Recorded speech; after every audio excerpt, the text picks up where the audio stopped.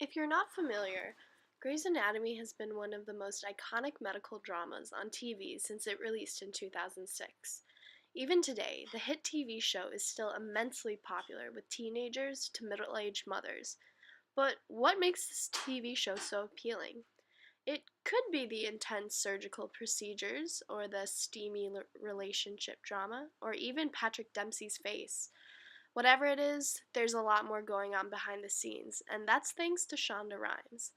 Shonda Rhimes has been something of an icon in TV shows. She's created hit TV shows like How to Get Away with Murder and Scandal, and these shows are very important for good reason. Rhimes has made it her mission to create more racial and ethnic diversity in popular television, and she does this a lot with Grey's Anatomy as well. If you have watched Grey's Anatomy, you know that a majority of the key characters in the show are of a different race other than white. Even with the major character changes and swaps that the show goes throughout the years, Rhimes still manages to cast characters of different ethnicities that continuously add to the show.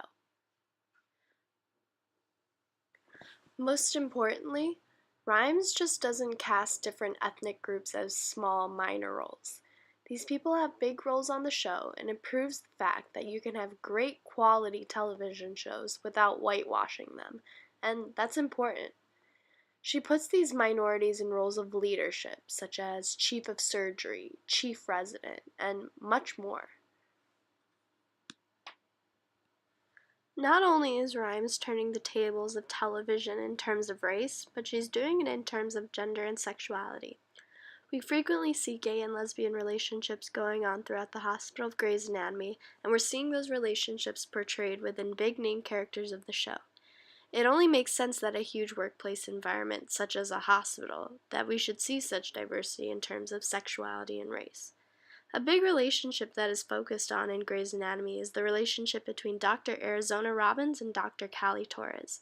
They don't simply put them together as a lesbian couple, but they explore different problems that lesbian gay couples go through in real life as well, such as starting a family, custody of a child who biologically belongs to only one mother, and more.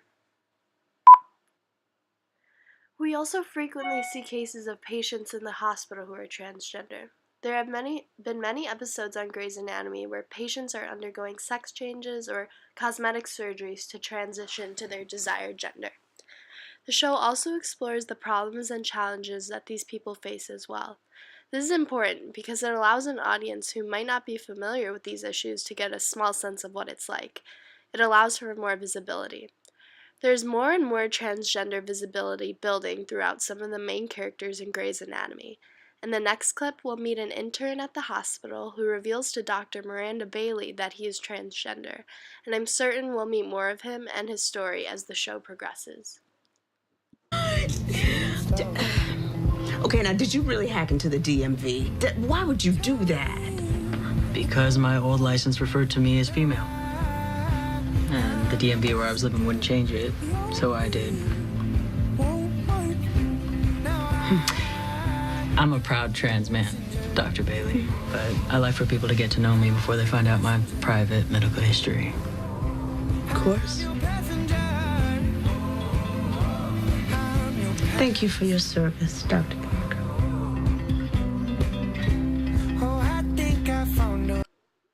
Going back to the topic of race, I want to introduce an article by Kristen J. Warner titled "The Racial Logic of Grey's Anatomy."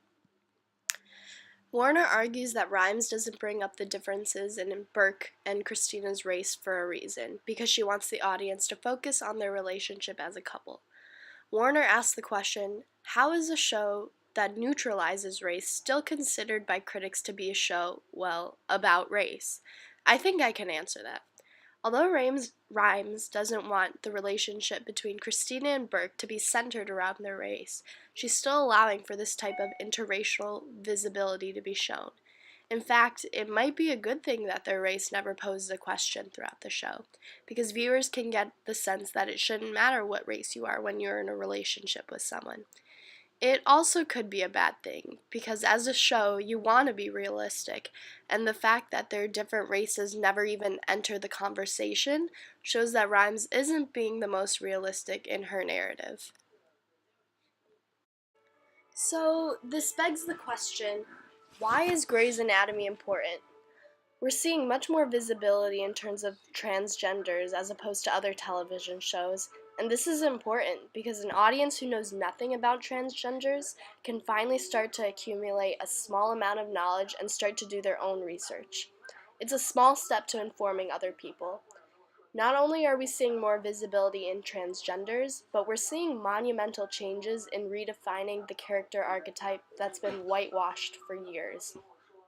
Grey's Anatomy features many black characters as vital, well-liked, and key characters to the show. Not only this, but it even talks about some recent issues such as DACA being rescinded as well. Sure, Grey's Anatomy has some pretty over-the-top storylines, but I think we can all agree that one thing the show does well is produce as much diversity as possible.